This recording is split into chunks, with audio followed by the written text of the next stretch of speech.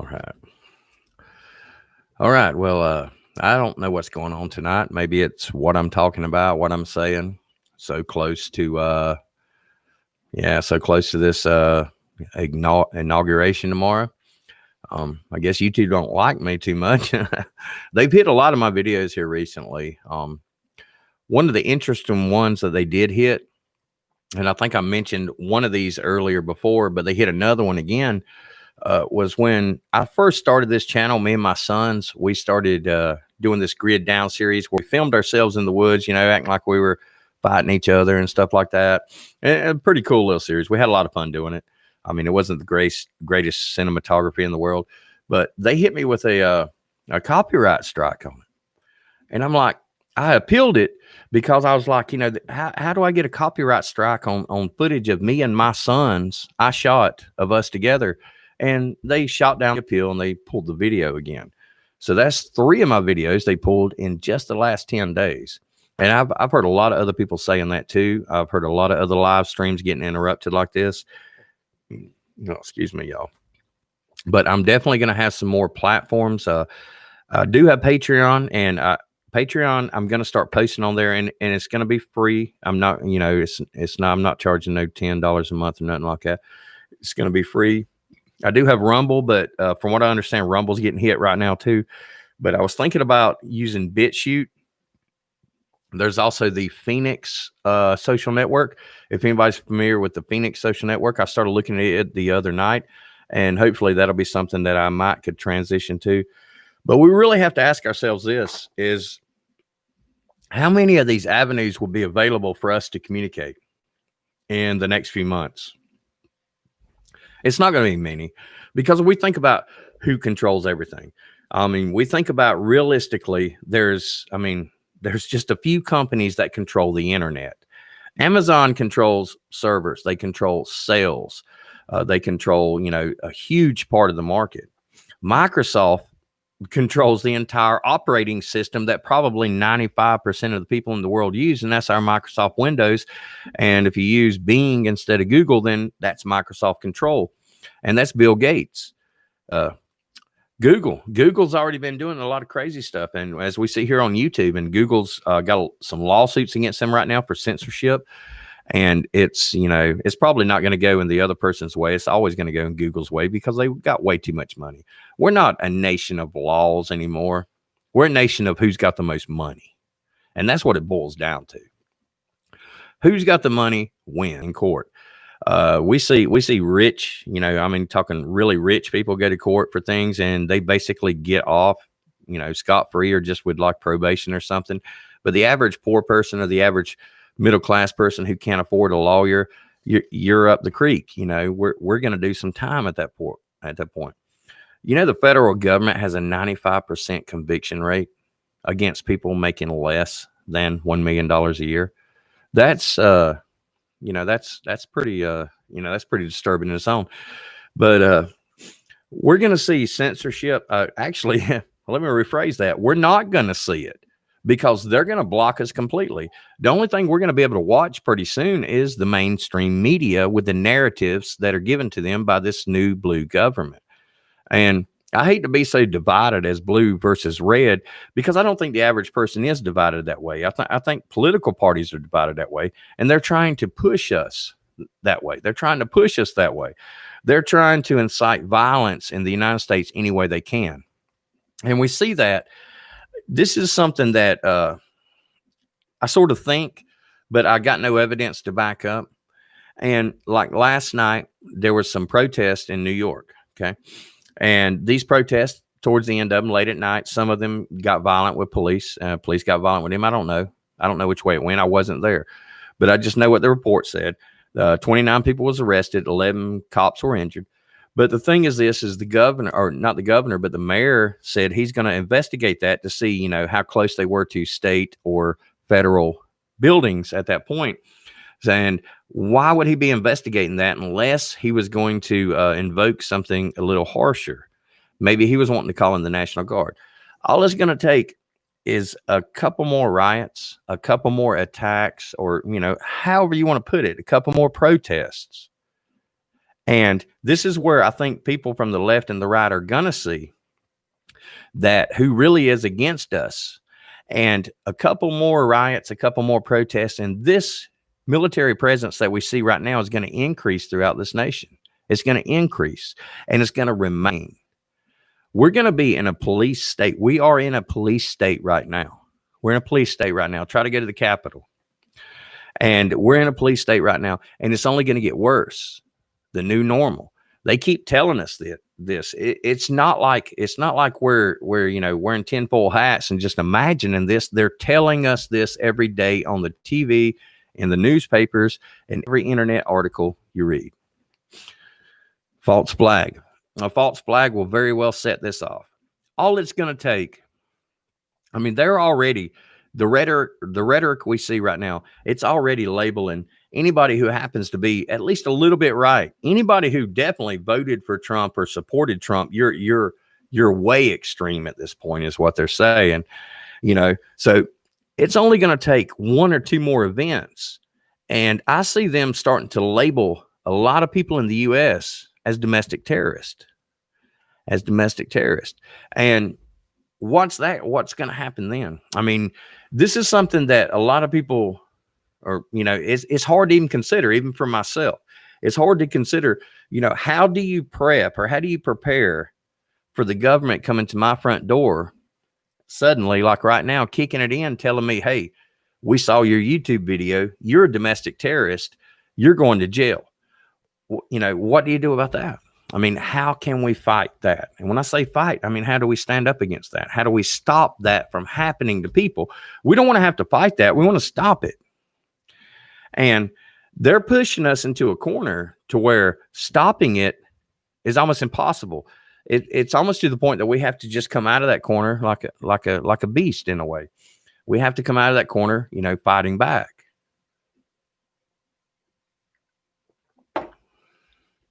And this country is just going downhill so quickly. I want to look at some of the questions because I've been running my mouth for a little while now. I know we got interrupted a few times, and thank y'all for, coming back and checking out the live stream, because we got interrupted a few times, and I see that, some people still came back to it after I restarted it. So thanks a lot. I ain't gonna try and take up too much of your time. I just want to talk because I think we're all on the same wavelength there.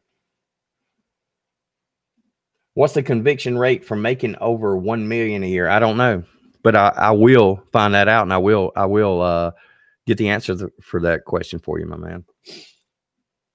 Christopher. False flag. Yep. Yeah, that's right. Old and slow. If they do get convicted, the people making money like that, I mean, they're going to go to some country club, some minimum security prison. They got TV, they got cable, they got internet, they got everything. They're basically in an apartment. I mean, hell, put me there, Don't expect the Civil Liberties Union to show up. I agree with that. We all agree violence is the worst case scenario, right? Yeah, as a combat veteran, I'll tell you right now, I don't ever want to do that again. I will, but I don't ever want to do it again. And I think a lot of people agree with that. I don't want violence. I wish that we could sit down and just talk about stuff and say, and work things out. What happened to the day to where, back in the day, back in the 80s, 90s, or whenever, that you could have a different opinion than somebody, but guess what? You could still be friends. You could still get along. You could still live beside each other and have a productive life. Now we can't. And it's the media. I'll tell you what it's going to take to stop the violence, to stop the divide in this nation. And that's to stop the media. We talk about the government so much, but the government wouldn't have as big of a voice. They wouldn't be saying what they said if the media was under control. The media is who is the problem. Yeah, the government is the problem, but the media makes it worse. Because most of these quotes, if you've watched the, I guess 5 live streams I did tonight, I don't know how many, but if you watch those and listen to the quotes that I read off, those are all media quotes. Media, quoting congressmen and stuff like that. But these quotes would probably not have been said had these congressmen had not a didn't have a public forum to put them out on to give themselves a boost in the ratings. The media is truly to blame here. The media is our biggest enemy. The media and big companies. I always said that, it's not the government that's going to kill us. It's the big corporations that is. Tex Max. Is it possible to talk evil to death? Have we become too civil for our own good? We may have. Yeah. We may have become too passive for our own good. I was in Desert Storm in the 90s, and I was in the Panamanian Civil War in the early 90s. Since then, I've had a pretty easy life. I'm not going to lie to it. Yeah, I kickboxed for a while. I wrestled for a while competitively and did stuff like that, but that was all by choice. But other than that, I had a good life. I mean, I'm not a rich man. I ain't never been a rich man, but I supported my family and I did okay. And I became passive in that, as far as I didn't pay attention on what's going on with the government. I didn't pay attention on what's going on with the politicians, because if I would have been as involved in politics back in 1992 as I am right now, then this country may not be in this mess. If everybody would have been as involved back then as we are right now, we would not be in this mess. We became too civil. We became too, okay, let's let this slide. Let's let it go. And there comes a point, when they talk about waking the sleeping giant up, there comes a point to where we can't be civil anymore. To some good pro 2A states, Crockett, South Carolina, brother. South Carolina. I love South Carolina. Georgia, too. Even though Georgia went blue this last election, their laws are pretty good. There's a few others, too. Michigan's not too bad, but drawback to Michigan is depending on which county you live in, you got different regulations from county to county. You're going to have to register your pistols in some counties. Some of them you don't. Some you have to register your long guns. Some of them you don't.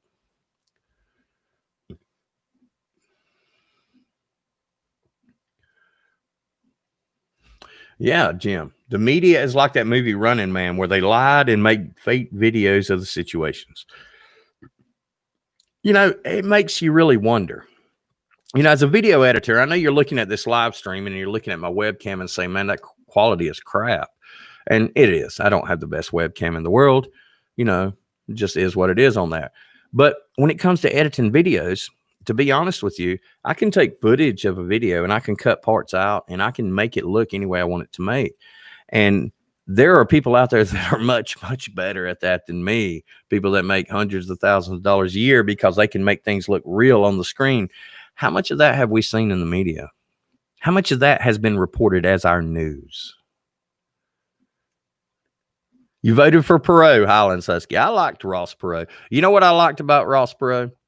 Ross Perot joined the military to go help his brother, who was a prisoner of war, and came back with him. If I'm not mistaken, came back with him. So I respect that. Perot was the first Trump. And what I mean by that is Perot was just a businessman. He was just a country boy, basically.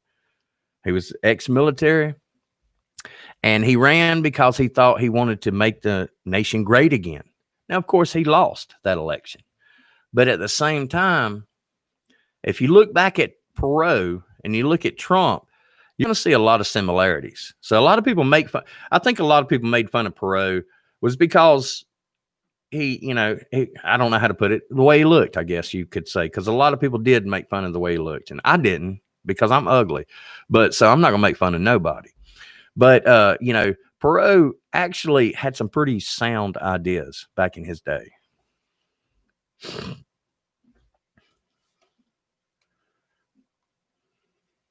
I'm working on getting back to SC. That's my home, and I'm getting back there. As soon as possible. I've been working from home a lot on my job here. I've been lucky. I've been blessed. I'll admit, through all this COVID stuff, my job, I did have to take a 10% cut in pay last year, but other than that, I got to work continuously till now, and I'm working from home. So I'm thinking about just moving this whole organization back down to South Carolina and working from there. Hopefully my boss ain't watching this.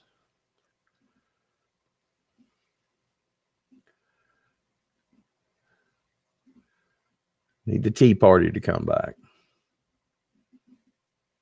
What do we do if Dems pack the Senate and court and abolish the Electoral College? That, man, that's such a valid question, because that is something they are proposing.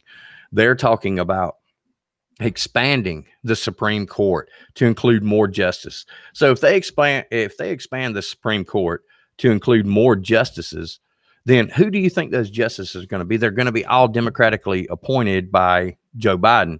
So that is going to stack that court for life. He's going to do it with young judges. I guarantee you, he's not going to, he would not appoint 60, 50, 60, 70-year-old judges. He would appoint 30-year-old judges, 35-year-old judges. That's going to be around for another 40 to 50 years. And, you know, if they do things like make D.C. a state, when D.C. has been the District of Columbia as our capital since this nation was founded, there's absolutely no reason to make that a state other than to include more Democratic Congress people in the Congress. That's the only reason. That's the only reason it would be made a state. There's no other valid argument for it. And the Electoral College, if they do away with the Electoral College, we've done away with voting. And a lot of people don't understand why the Electoral College is the way it is, because we've looked back a couple times over history, and, you know, one person would receive more votes than the other, but the other would win. And there's a reason for that. The reason for that is to keep the nation balanced. Okay. You got countries like countries. I wish it was its own country. California. You got states like California. That's got what they got 51 Electoral College representatives, 51 votes there. You got New York State. That's got what, 30 something electoral votes there. That right there, that's 80 something votes. You add in a few more states and you've won. And what the Electoral College was designed to do, and it works. If everybody in America voted, if absolutely everybody in America voted, the Electoral College will work absolutely perfectly. But the problem is everybody that can vote doesn't vote. They don't. And then we get a lot of fraudulent votes too. There goes another YouTube strike. But we get a lot of other fraudulent votes too. So if everybody voted that could voted and only voted once, then the Electoral College will work perfectly. What it's designed to do is to make sure that the vote is balanced. Just because you got, 50 million people living in California doesn't mean these people in California should tell the people in South Carolina how they should live. That's why they try to balance it out with an Electoral College, so that the states have not exactly equal rights, because South Carolina has nowhere near the votes that California does, but it's a little more balanced with the Electoral College, because California has no right to tell me what I should be paying for emissions tax. They have no right to tell me what kind of gun I should be able to own, because I live completely across the nation. And the whole purpose of the Electoral College was to give everybody, the entire nation, the opportunity, or I should say, each state, the opportunity to express their opinion, what they want. And if everybody voted, the Electoral College would work perfectly. But the problem is everybody doesn't vote. And the other problem is there's a lot of dead people voting too. That's like I told somebody the other day, my granddaddy voted Democrat for the first time in his life in this election. It's too bad he's been dead for 12 years. But we've seen a lot of that, haven't we? I already know they're going to pull this video, so I don't care anymore. Exactly. It keeps 47 states from having to bow down to 3. And that's what it's all about, because I've got nothing against the way that somebody wants to live in Los Angeles, San Francisco. Live your life. Have a great time. I wish you the best. But you have no idea, living out there, how I want to live my life in the mountains of South Carolina. You have no idea. So you should have no say in how I live my life here. And that's what the Electoral College is actually designed to do, is to prevent 1, 2, 3, or 4 states from dictating the laws and the government for the entire nation. It's to give us a balanced government. And if they do away with the Electoral College, we're already seeing everything being stripped away. It's not even a secret anymore. They're pulling it out from under us as we speak. I mean, they've already pulled a lot out from under us. They're taking our voices away. Next, they're going to take our guns away. Next, there's no telling how bad it's going to get after that. And, you know, we have to figure something out. We have to figure out a way to come together and to make a change, whatever that change may be.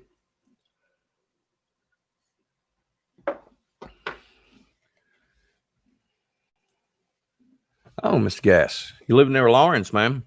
I used to work, the BMW plant over there in Greenville, Spartanburg. I worked there for 10 years, brother.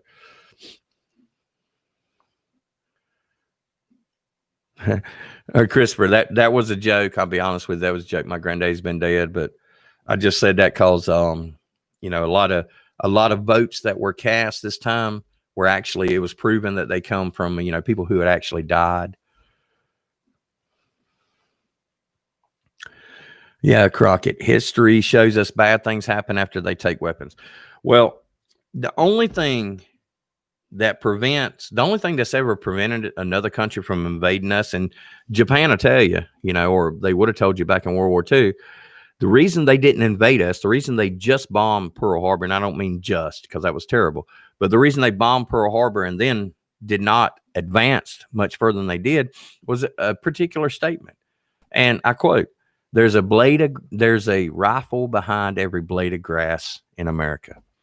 And that is what stopped them from attacking us. And that's what stops a lot of countries from attacking us, is because they know that it's not only the military that's going to meet them on the coast, but even if they do beat that military on the coast and they start advancing, then you got everybody there who's going to take up arms is going to fight that advancing military that's opposing us. And that is our freedom. Our right to fight, our right to defend ourselves is our freedom. Once we have no right to defend ourselves, we have no freedom. Because if you can't defend yourself, you think they're going to listen to you? Or are they going to listen to me? They don't listen to us now. And if we lose that right, if we lose what access we have to defense, then we're not even going to have a chance to speak. It's not going to be worried about, are they listening to me? We're not going to get to speak. We're going to be in camps. We're going to be held down. And for a lot of us, it's not going to end very well at all. The Second Amendment is the backbone of all others. That is so true.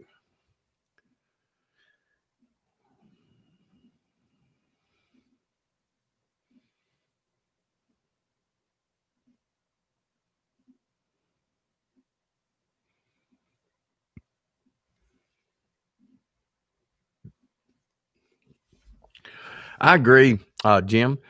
The logistics to take everyone's gun, it would be very complex. There would be many pockets of resistance. I don't think, what I think that they're going to rely on? They're going to rely on the same thing they relied on since January 6th, is rewards.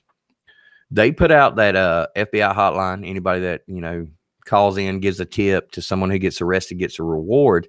Do you know there have been over 250,000 tips since January 6th? So if they put out a reward that basically says, if your neighbor has a gun and you report them and we come and arrest them and they have that gun, you get a $500 reward. How many people do you think are going to sign up for that? That's the problem. That's what kills me. It's not always just the government or just, some insurgent group, some group that's going to attack us, but it's also the people that are right next to us. It's the people that are right next to us sometimes.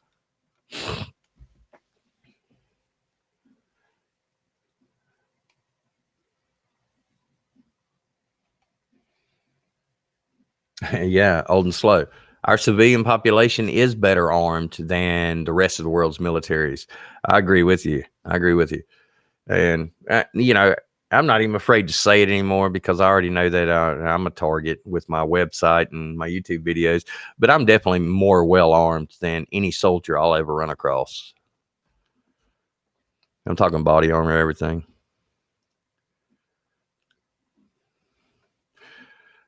Ninja Squirrel, they can't enforce any laws without the public's consent. True. Yes, true to a degree.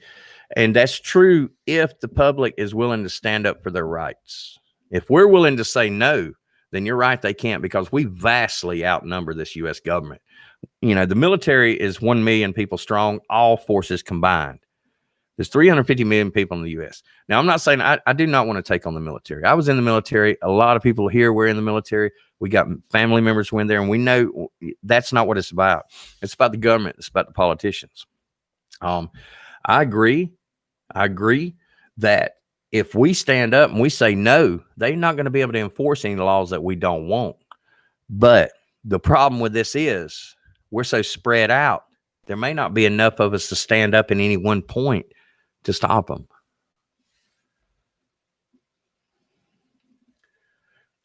Christopher, you're right. I think people will call without even knowing their neighbor has a gun. They'll take that chance for the reward. I see that a lot. I mean, I agree. What I mean is I agree with you 100%. You think about it. You got somebody like me sitting over here and South Carolina tag on my vehicle. And I know that my neighbors has seen me, carry my gun bag in a couple times. Now, regardless of the fact that I've only really spoke to a couple of my neighbors here, and nothing against them, that's just the way it is. And they've seen me do that. They could very well call. They don't know me. They don't care. $500 reward, $1,000 reward, they're going to call just on the off chance that I might have a gun. Because I guarantee you this. If a neighbor calls the law on you, and let's say you take your guns and you put them in a cache somewhere, you bury them way out in the middle of nowhere, no one can ever find them, and you have 0 guns in your house, but they come in looking for guns, they're going to find a reason to take you in. They're going to find a reason to take you in, because when it comes to that point, it's not just guns they're looking for. It's ideas. It's ideas. It's the way of thinking. And once they come in and they talk to you and they see, hey, this guy isn't thinking along the lines of what we think he should, guess what? Re-education camp. Yeah, on I-85, Mr. Gass. Right off of exit 50, oh my goodness, it's been a while. 58. I worked up there at the TDC, the Training Development Center for BMW. I worked there for 10 years.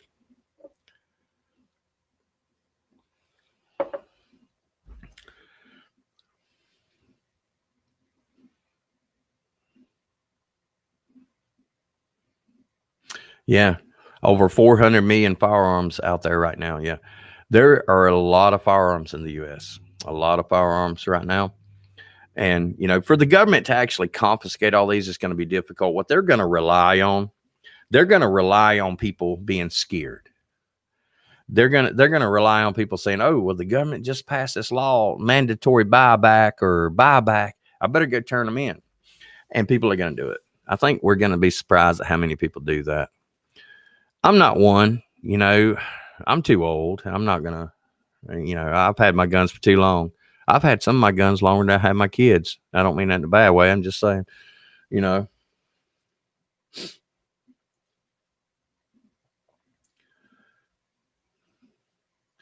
Oh, great point, Christopher. Great point. Let's take this a step further. What happens if you add economic collapse to this? Even more incentive for people to call. They'll be desperate to feed their family. Man, that is such a valid point. We already see we're heading toward a decline. We got a lot of people out of work right now. A lot of people out of work. Right now, you got the rich people working. You got some people that's working for big companies still working. You got mom and pop shops out of business. So there's a big gap there. And you're right. When they start offering rewards for turning people in that have firearms, then people in an economic collapse, economic depression type of deal, people are going to have more incentive to call, because $500 sounds like a whole lot more when I don't have a job than it does right now when I do have a job. So if I'm out of work or somebody's out of work and they're trying to feed their family and they're like, oh, well, my neighbor over there's got a gun, I can call in, and get $500. You're going to have people calling in that wouldn't normally call in. And that's a very valid point. It's going to be trout fishing at Burl's Ford. I've been there. Yeah. Many times.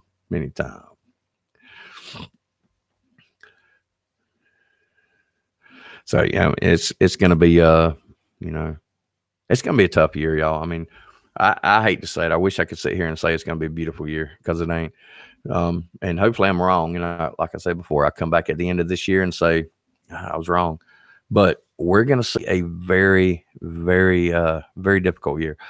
And it's sort of hard to say how it's going to go at the beginning, because the administration that's coming in has already talked about like 100 different executive orders that are going to happen, within the first several days, if you look back at Biden's speeches, there's like 30 different speeches that he talked about, several different subjects that he said, I'm going to do on the first day, every one of them. So God knows what he's really going to do on that first day, but it's going to be something. One of the things he's going to do is that he's going to open up that border again. And, I'm all for people coming, making a better life for themselves, but I am for them doing it legally. And the reason I'm for them doing it legally is because I have to do things legally. Now, if the government tells me that I can start doing things illegally and making money, maybe I might be a little more cool with it. But if I got to obey the law, then I feel like everybody here should have to obey the law too. And with the insurge of people coming in from the southern border, looking for jobs in an already decimated job market, what is this going to do to the economy? Especially since we're going to be paying those people Medicaid, food stamps, and welfare. That's going to decimate the economy even more. And, it's not about somebody immigrating to the U.S. It's not. We all immigrated here at one point. So it's not about that. It's about what we can and cannot do right now as a country. And I'm sorry for anybody that is in a tough situation in another country, but check it out. There's people that's in a tough situation right here. I mean, look at cities like Detroit. Look at cities like Chicago. The gun violence, I hate to say gun violence. My God, I can't believe I even said that.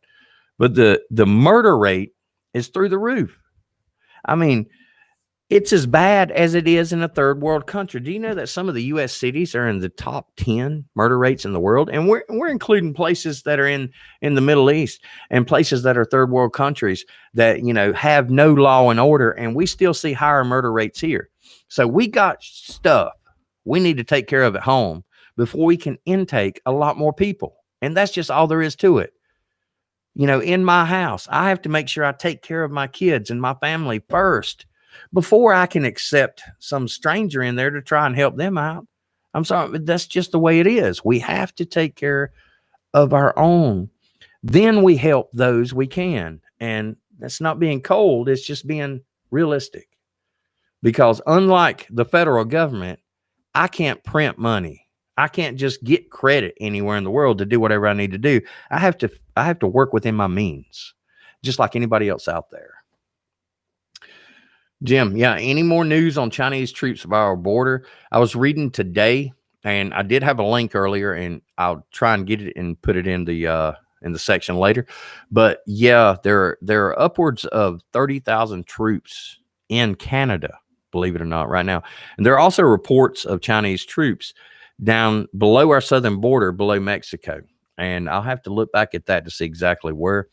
But yes, Chinese troops are, actually, there are a lot of them in place that could theoretically move in. Would that be enough to take over the nation? No, but guess what? That would be enough to assist us in keeping peace,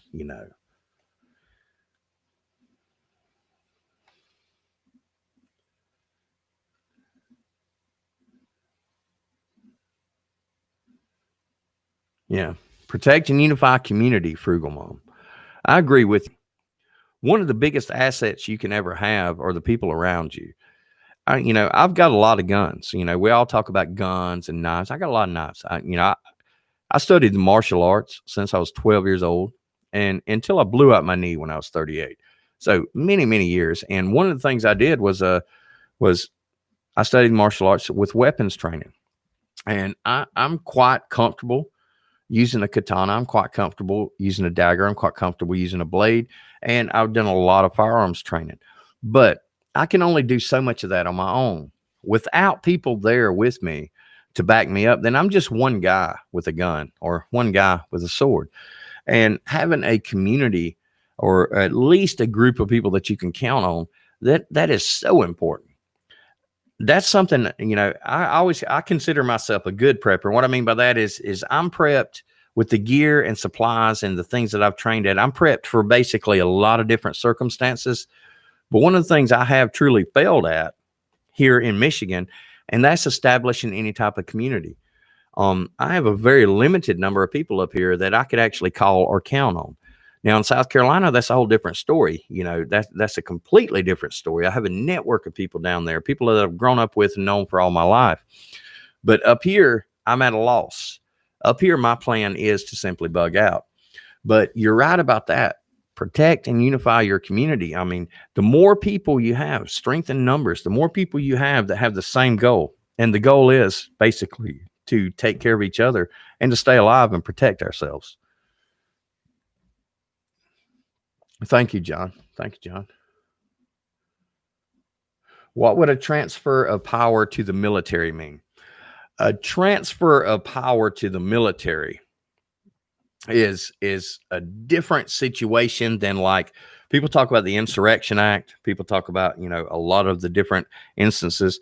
A transfer of power to the military would be given the lead commander in the military, the basically the chief of staff there, complete power, military power of the U.S. Now, the problem with this is there's a lot of debate here, because that's usually when the military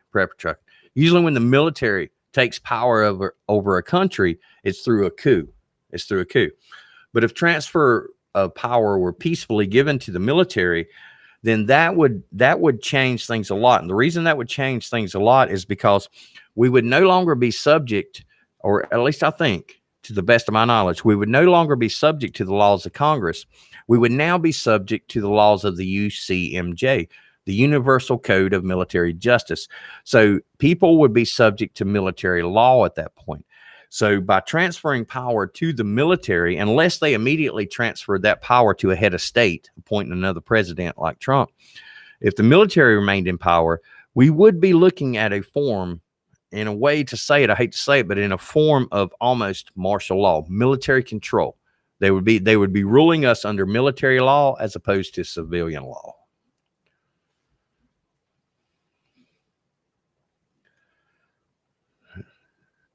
Infantry captain.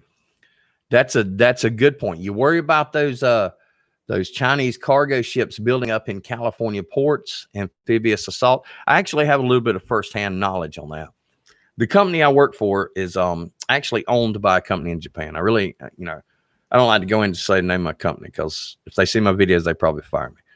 But we have a lot of products. We have offices on the West Coast there, and we have some shipping warehouses on the West Coast there. And we have a lot of products come in from Asia. And I got an email, I don't know, 5 days ago, something like that, something to that effect, telling us that our shipping times were now delayed because all of these ships off of California there were being delayed anywhere from 20 to 45 days before they could even dock. And it gave me some numbers in that email.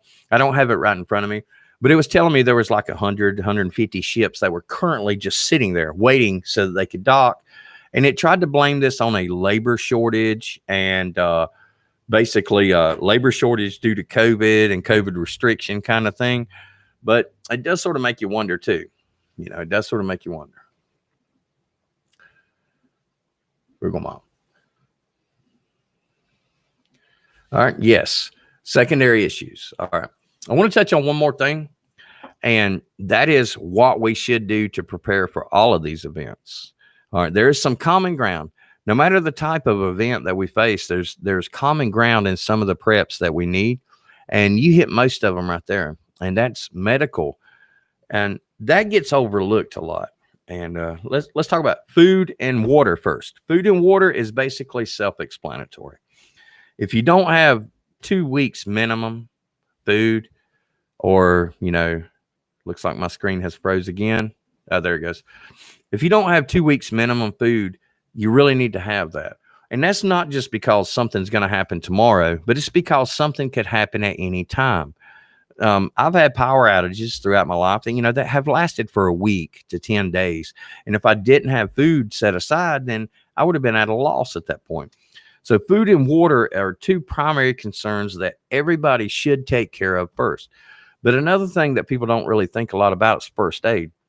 And with the first aid, it's not just bandages, band-aids, you see a lot of videos and people are like, these gunshot wound trauma kits. Well, I don't plan on getting shot 50 times. So I only need 1 or 2 of those. What I really need are things like, antihistamines, acid reducer for people's stomachs, fever reducer, things like that. You need medication for children if you have children.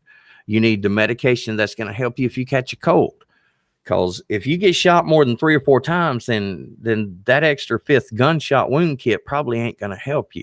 You're only going to need a couple of those major trauma kits like that, unless you're building a hospital. Focus on the things that you need.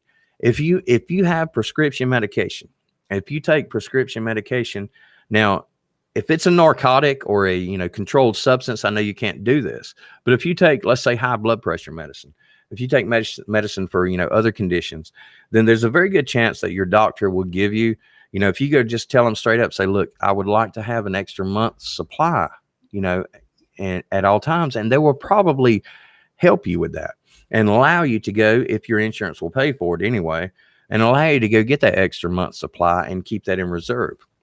But first aid is extremely important. And another thing that I don't think a lot of people really prepare for is the elements that you may face.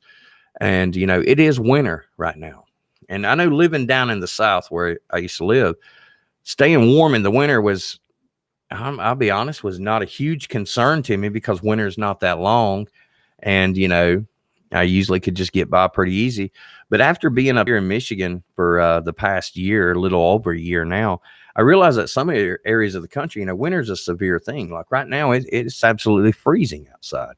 I mean, it's snowing. There's snow all over the ground. There's ice. And if I had to bug out in this, it would be a lot more difficult. So compensating for the elements of the area that you're in is a very important thing also.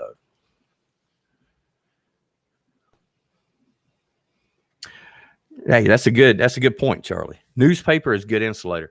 I saw this. I've never personally had to do it, but I saw it on a video a while back. And it came from a homeless man, as a matter of fact. He would take old newspapers and he would ball them up and he would shove them into the sleeves of his jackets and into the body of his jackets and into his pants leg. And people were like, why are you doing that? And he said, well, that's insulation. And, it made sense at that point. So it can make excellent insulation, Evaluate what you got around you. There are a lot of things around us that we can use for survival that a lot of people will overlook. Mm-hmm. Yeah, Andy, don't forget hygiene and keeping the skin healthy. And that is very important. That is very important. And when we say hygiene, it's not just like I'm talking about, getting a bar of soap and, washing my shoulder, but we're talking about serious hygiene here. If you wear the same pair of underwear, I'm just gonna put it blunt. If you wear the same pair of underwear for several days in a row and you're sweating, you're going to run into some serious problems. Just like if you wear the same pair of socks and for several days in a row and you're sweating in them and you don't change them, you're going to have some serious problems. It's called jungle rot or crotch rot, and it will eat through your skin. And just keeping yourself clean in general. And that is one thing that is overlooked a lot in our preps. It's overlooked a lot. The COVID made me really rethink this when they first started talking about it last year, and they started talking about cleaning supplies. And that's when I sort of sat back and I looked at my preps and I'm like, well, I got several years of food, got a whole lot of water, got a lot of medical supplies, got a lot of, firearms, ammo, but I didn't have a lot of cleaning supplies. And I got to really thinking about that. And I was like, if I am stuck in this home, if I am stuck here through the winter, say 3 to 4 months, I got to have a way to clean this up. And that's where a lot of cleaning supplies for your home or the area you're in, plus for yourself. And not just like soap. It's like the little body wipes, like baby wipes, things like that can really be a lifesaver. Having extra toothpaste on hand, having, things to clean your ears, Q-tips and stuff, and extra shampoo, things like that make a difference. Not just, having shampoo and, being able to shave my beard isn't necessarily going to save my life, but it may make me feel better. and it may make me, may make it a little easier to survive, if that makes any sense. A lot of survival is mental, and a lot of mental is just how we feel. And if we feel good, then we'll be better mentally prepared. And if we're better mentally prepared, then we'll be better able to survive.